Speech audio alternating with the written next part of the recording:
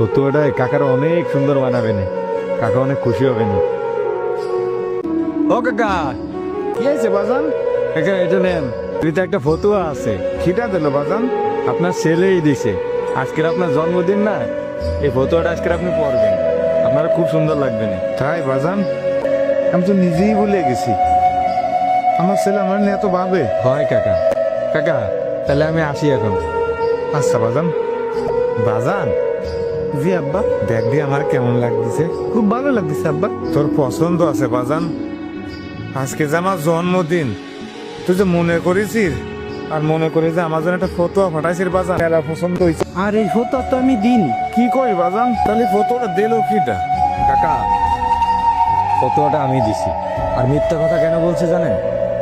যে আমি যদি ফতুয়াটা আপনারা দিছি এটা জানার পরে আপনি তো নাও নিতে পারেন। আর আপনার ছেলের কথা যখন বলছি যে আপনার ছেলে দিছে, আপনার মুখের যে হাসিটা না, ওটা দেখার জন্য আমার এই মিথ্যা কথা বলা। তাছাড়া আপনি তো জানেন আমার বাবা মা কেউ বাইতেন না, আপনারাই আমার নিজের বাবার মতন জানেন।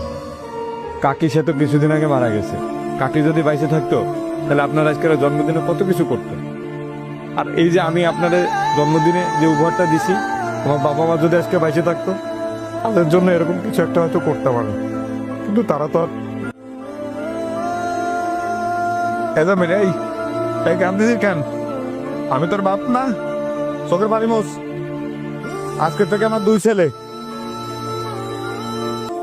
বন্ধু, তুই আজকে আমার চোখ খুলে দিলি।